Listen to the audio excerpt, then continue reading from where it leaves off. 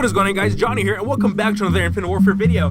Today what I want to talk to you guys about is actually an update that we got this morning, and it's actually a buff to the VPR, and this kind of blindsided me, and I'm pretty sure it blindsided the entire community because nobody really saw this coming. I mean, it's a Monday, typically things happen on Tuesdays, but I honestly did not see this coming, but it is a very pleasant surprise to me.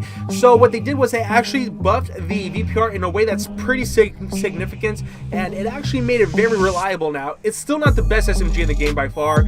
I'm going to go ahead and give that to the Deimos because I have picked it up in a few games, I have played with it, and multi-kills are just so easy. It's crazy, and I almost have it myself. My Blood Anvil mission team is at level 43, so I am grinding towards level 50, and then I'm going to go back to grind the previous mission team so I can get that sweet salvage.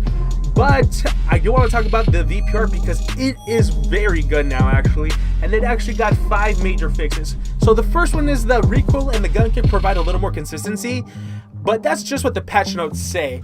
To be honest, I can't really prove it because I didn't take any footage of the aiming down sights recoil patterns as it was before the patch, when the gun launched. The only footage I have is of the hipfire spread. However, it does feel like it has less recoil. I'm sure they don't want to go ahead and say that because a lot of people already don't like this gun because they feel like it was too melty before the patch. So before today they thought it was too melty. They probably don't want to go ahead and say that. However, it does honestly feel like it has less recoil. It's a lot more forgiving at those extended ranges, if you can kind of get what I'm trying to say. It also got a damage adjustment, so it actually deals just a bit more damage now.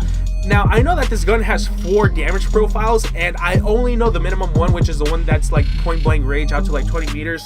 And that's that it used to take 9 shots to kill, and now it only takes 6. So that means it deals somewhere between 17 and 19 damage. I still don't know what it is because I haven't gone ahead and tested it myself, and nobody has actually gone ahead and leaked any of the hard-coded stats.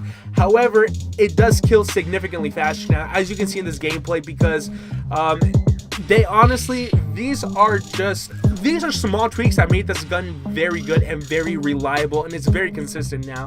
And the next thing is that it fixed the bug that would double up on hit markers.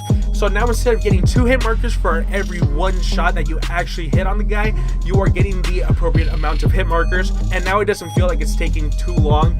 I know that sounds weird to say, even though it wasn't actually taking longer, it just felt like it did because of the hit scan system. But that was fixed. And one thing I do want to say is that you can say whatever you want about Infinite Warfare. It was trash, only trash like 12-year-olds play it, people who don't know, good shooters.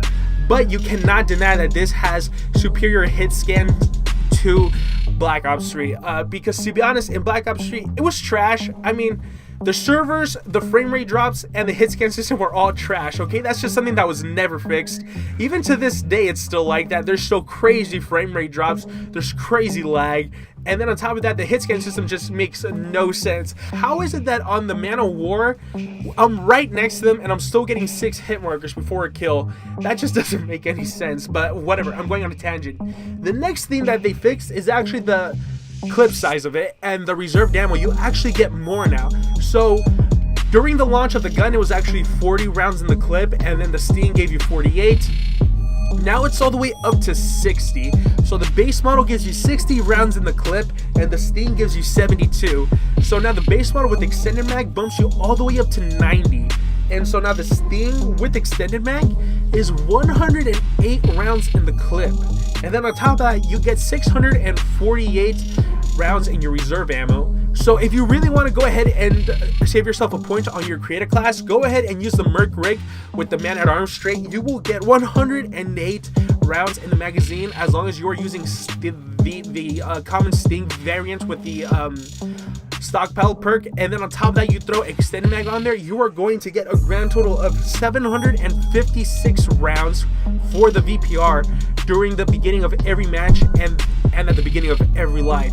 So that's even more than the LMGs. Those are LMG numbers right there, and with the gun that is now this good or this consistent, that's very dangerous. However, I'm not going to be using that because I am going to stick to to my stance that the VPR Wrath is actually the best variant overall because it has a reduced hip spread, and with laser sight it's just godly. And this gun is actually meant to be used with the hip spread, and it's very good, and it's very good aiming down the sights now, and just this gun is actually very good all the way around. And another thing that really bothered me the most about this gun was the reload times. Even with dexterity, it was painfully slow, dude. It was a complete atrocity. There was just no way that you could get into a gunfight, run around the corner, reload, and then come back in time, because that just wasn't gonna happen. It was too slow.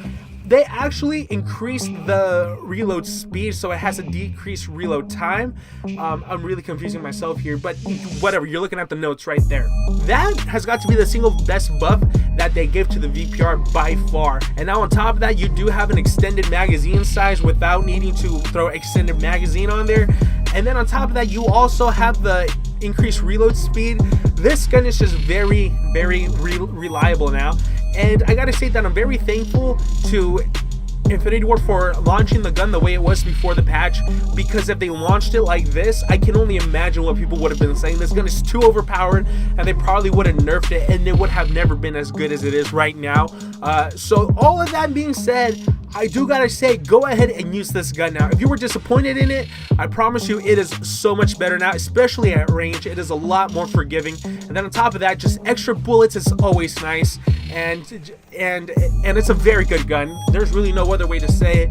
It's still not the best SMG. As far as SMGs goes, for me personally, I rank them as the Deimos, the Ripper, and then this gun. This is definitely top 3, but that's just for me. I want to know what you guys think in the comments down below, and if you guys enjoyed the video, please go ahead and drop a like. It really helps me out a ton. That way I know that you guys actually like these type of videos, where, you know, I can go ahead and let you know how good a gun is or how good a gun is not before you guys actually go ahead and use it and be utterly disappointed. And if you're new around here and you like the content, feel free to browse around the channel, and if you like what you see, go ahead and hit that subscribe button. It always helps me out, and I promise to do my best to not let you guys down. I do everything from patch notes, news, new guns, everything, gameplays included. I'm trying to diversify this channel. I don't want to be just a purely commentary YouTube channel. I also want to be a gameplay channel, and I'm also going to be branching out to different games, but that's for a completely different video. You guys, I already went over the steps. You know what to do. Have a great day. I'll see you next time. Peace.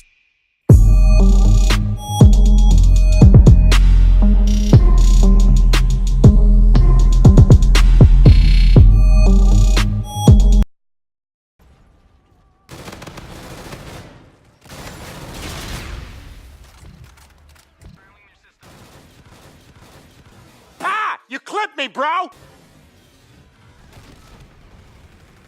Yeah, can we get this guy a medal or something?